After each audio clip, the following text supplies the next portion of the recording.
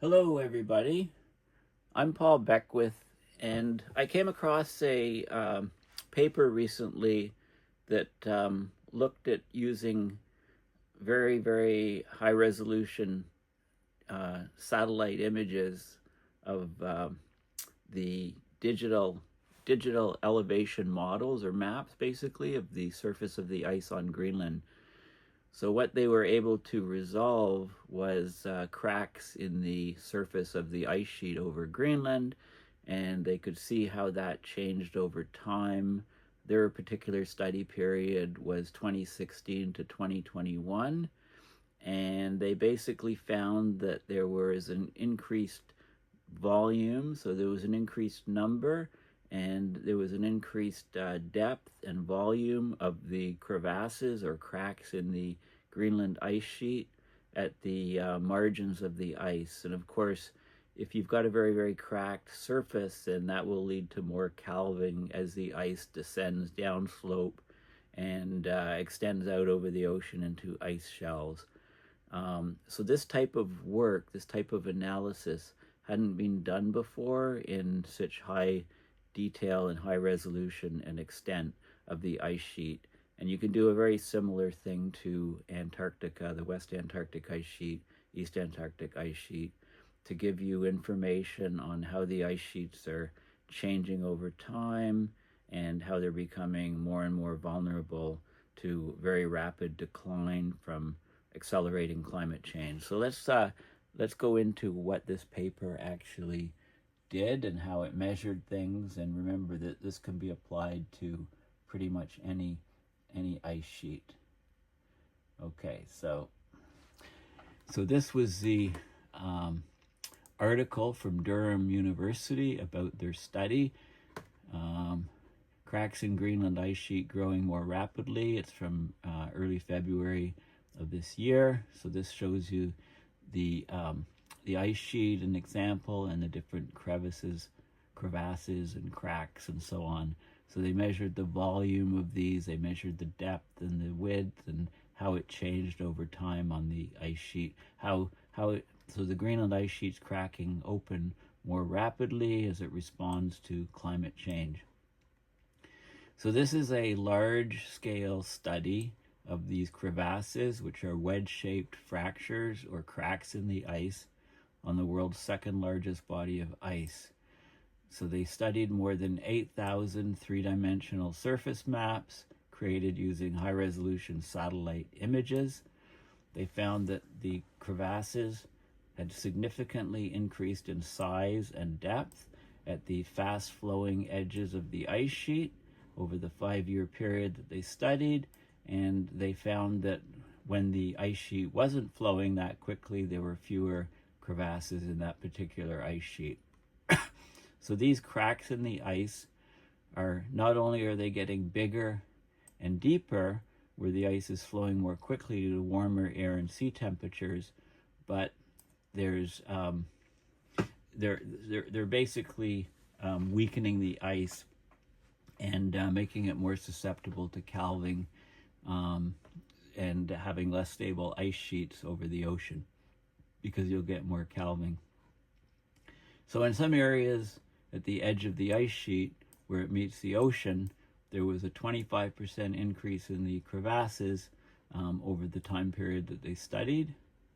And these increases were offset by a reduction in the crevasses at this so-called Sermeq Kujalleq glacier, which is in central western Greenland. Jakobshavn Isbræ, something, I think it's one of the big glaciers, and it just so happened that during this period it was having a temporary slowdown, so there were fewer cracks in that area, but since then, since 2021, it's sped up again. So because their study was just looking at between these years, they found an increase in the number in the crevasse volume across the entire ice sheet, but it was much smaller than it would have been otherwise if this large glacier hadn't slowed down. They still got an increase of 4.3%, but since the study ended, this large glacier, the Sermeq Kujalleq, the flow speeds begun increasing again. So the balance between crevasse growth and closure on the ice sheet is now over. If a glacier is not moving fast, you'd expect it to have less internal stresses and therefore less cracking. So on millennial timescale, scientists have warned that consistent temperatures in excess of 2 above pre-industrial results in a much greater risk of locking in as much as 12 to 20 meters of sea level rise from Greenland and Antarctica. That's over long time scales. We surpassed 1.5, of course, talked about that quite a bit, James Hansen's work, etc. Okay, so this research on Greenland, it's much more detailed than anything done previously, and it gives you a good idea, of the techniques have been developed to measure these cracks in the ice. So this can be applied to the ice sheets in Antarctica, and I'm sure those studies are probably underway at the moment if they have funding for it. And it's very important for how quickly the ice sheets can break up. Once these ice sheets on the land, once they become ice shelves, if they're full of cracks, then you can get a lot more calving. Think of Larsen A, Larsen B in Antarctica, the very rapid breakup of those. They were like Swiss cheese in the end. Okay, so let's have a look at the paper, at the peer-reviewed scientific paper in Nature Geoscience called Increased Crevassing Across Accelerating Greenland Ice Sheet Margins. So this surface crevassing or cracking on the Greenland ice sheet, it's a large source of uncertainty in the processes that control the mass loss of the ice due to a lack of comprehensive observations of their location and evolution through time. So here they use the high-resolution DEM, digital elevation models, from the satellite to map the three-dimensional volume of the crevasse fields or cracks across the Greenland ice sheet. And they compared it between 2 years, 2016 to 2021. We showed that between the 2 years, now this is a bit misleading the way they put it, between these years, which are, have a 5-year gap, large and significant increases in crevasse volume occurred at marine-terminating sectors with accelerating flow. So where the ice was accelerating, you had an up to 25% increase in the cracks. That's in the southeast sector of Greenland. Overall, the change was much smaller. It was only a 4.3% increase because of the slowing down of this Jakobshavn Isbræ glacier, also called Sermeq Kujalleq. It's in central west Greenland. And because the glacier slowed down, there was fewer cracking measured during this time period there, but since then it's accelerated. So the changes in the crevasse volume correlate strongly with the discharge of ice from that particular glacier. The acceleration of ice flow in Greenland, it forces significant stresses in the ice, which increases the cracks on timescales of less than 5 years. So this is a mechanism to increase the mass loss. It gets a feedback on sub-decadal timescales, like a 5-year timescale. It includes increased calving of the ice, faster flow rates, and accelerated water transfer to the bed of the glacier, because the water, when it melts on the surface, it goes into these cracks or crevasses, and it can go right down, bore its way right down through the whole ice sheet to the glacier bed, where it can lubricate it and cause an acceleration of the glacier. So it's all connected through all of these feedback processes.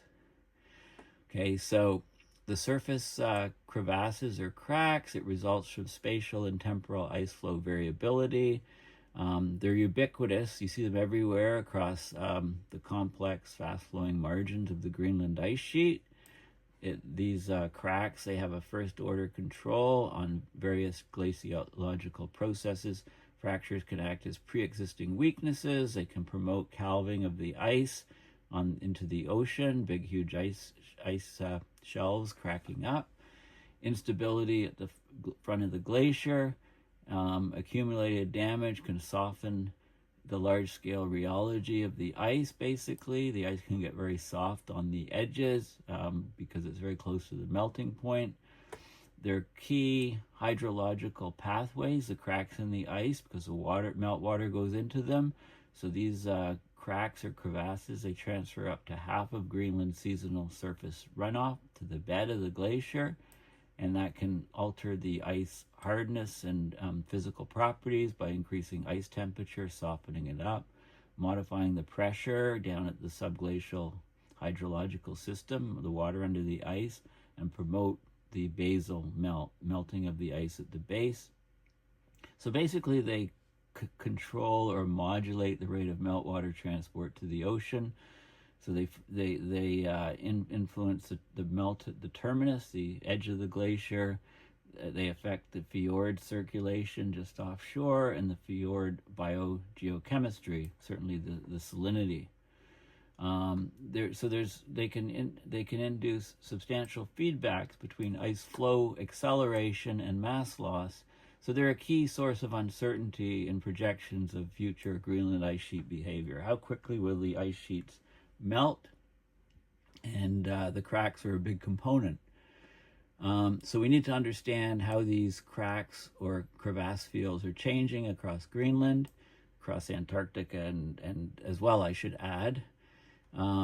Increases in crevasse extent are common across the ice sheet. That was the expectation because of the increasing stresses that are pulling apart the ice, like tension is pulling apart the ice, and that steepens the ablation area and outlet glacier acceleration. Also, we get more meltwater available for hydrofracture, for water actually boring its way down through the ice, making the cracks larger. If you've got stressed ice, it's weakened and it can melt faster. It's softer. There's only one multi-temporal study. It looked at the increase in crevasses across a part of West Greenland between 1985 and 2009. This study here is much more extensive than that. We don't have a lot of observations of what the cracks are doing in surging glaciers, but we know that the crevasse fields can propagate on much faster timescales, months to years, in response to rapid dynamic changes of temperature specifically and amount of melt, etc. And we're getting these more and more glacier surges because of the lubrication of the bed from meltwater going down there. Okay, so this shows it all really. This is a typical Arctic digital elevation model or map, the raw data, and you can extract the cracks here. This is basically an extraction of the cracks, and this is from this small location right here on this glacier. This particular glacier shown here in April 13th, 2016, and here in July 15th, 2021, and you can see this is as you go to darker sections, that's increasing crevasse depth in meters, up to 20 meter deep, 60 feet, 66 feet. So you can see that there's more and more of these cracks here. This is in 2016 to 2021, so lots of darker areas showing more and more of crevasses and cracking, and much higher volume of cracks or crevasses. On this glacier, this is located down here in the southern part of Greenland, southeastern part of Greenland.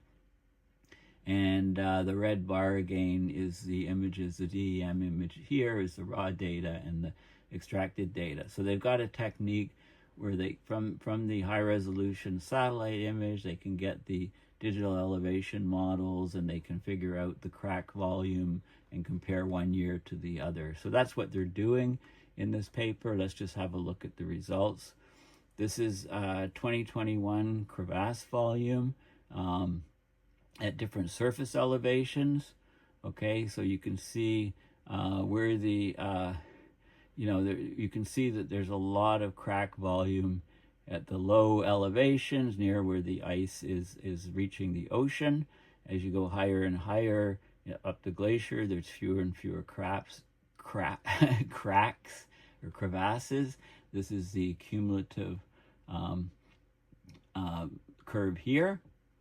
And this is, in 2021, this is the volume of the cracks or crevasses in southwest, central west, northwest, north, northeast, central east, and southeast. So you can see, you can see, you know, as you go to the far north, at least the north and the northeast, there's fewer crevasse. The volume is lower. It's colder up in that part of Greenland, but there's very high cracking in these all these other sectors. This is the from 2016 to 2021. This is the change in the volume. So you can see the increase of volume of crevasses, mostly at low elevations, less than, say, about 500 meters. So this is where the glacier is near its terminus, or near the end, near the ocean. You don't read this as a subtraction. It confuses the issue. This is meant to be the change from 2016 to 2021 in the volume. So most of the regions of Greenland have an increased volume of cracks. These are the different sectors, except for central west, where the glacier really slowed down and there was a reduction of the cracks. Don't take this as 2016 minus 2021. It's a bit confusing. It should say 2016 to 2021, the change. It's really 2021 minus 2016 if you use a minus sign, but this is meant to be 2. I was confused with that at first, and then it shows you the different sectors of Greenland, and where the what the actual crevasse volumes were in 2021. So there's a lot more of the cracks up here in the northwest sector here. This is in the central east sector here is also high. Central west sector is high, and then southeast sector fairly high as well. This is discharge of ice in gigatons per year versus the crevasses. So generally, when you get more and more cracks, you get more and more discharge. Follows more or less some sort of trend. And in the north, it's colder, of course, so you get fewer cracking, but you also get fewer in the southwestern part, where some major glaciers are, and that's seen in this component here. So otherwise, the data would be much more significant, up to 25% change in some regions. This is showing the discharge. So this is the change in from 2016 to 2021. This is the change in the cracks or crevasses, and the brown areas are increases, and some slight decreases in these regions where the glaciers were flowing much slower between those particular years. This is showing a change from 2016 to 2012. This is an average of 2012 to 2016 versus an average of 2017 to 21. Slightly different way of looking at the data, going back further to 2012. And you can see a similar pattern to over here. Okay, so, and it talks about some of the implications. So the data is all there, right? So it tells you some of the implications. So they look at Greenland-wide observations of the cracks or crevasses, the volume and the distribution, and they see big changes from 2016 to 2021. It'd be interesting to see what the more recent data, say 21 to present, is. And there was variation, but the total change was plus 4.3. There was a sector that was very slow moving glacier, central west, where there was actually fewer cracks.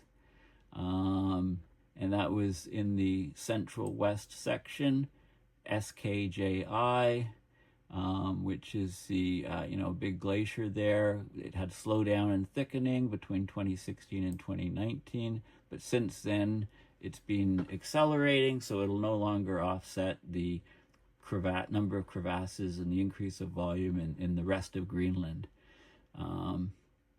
And the ability to observe these cracks in 3D provides a major advance over 2D mapping from imagery alone. They've observed significant increases in the volume of the crevasses in pre-existing crevasse fields at low elevations like marine-terminating outlets, so under 500 meters above sea level.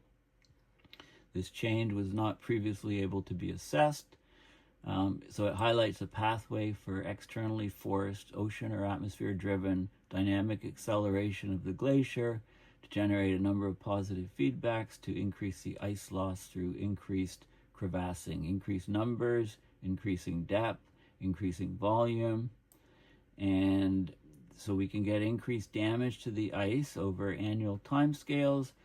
We get weakening of shear margins, they say. We're transferring water to the bed of the glacier that lubricates it so the glaciers can surge and move faster.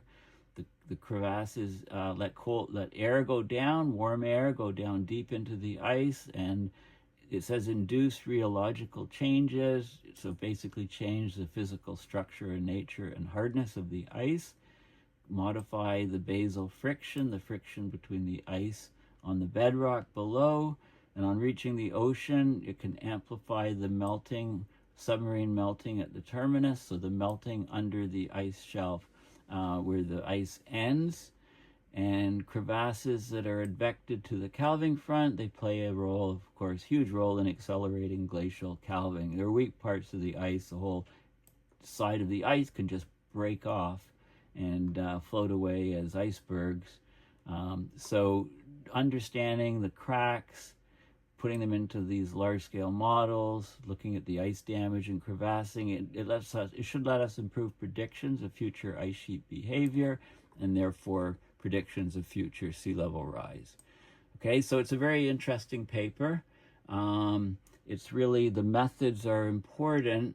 The methods are becoming much more accurate to assess what the ice is actually doing, how weak it's becoming from cracks and crevasses, and I'd love to see this study applied now to Antarctica. Okay, so thanks for listening. Please consider going to my website, paulbeckwith.net, and donating to PayPal to support my research and videos. Thanks again, and bye for now.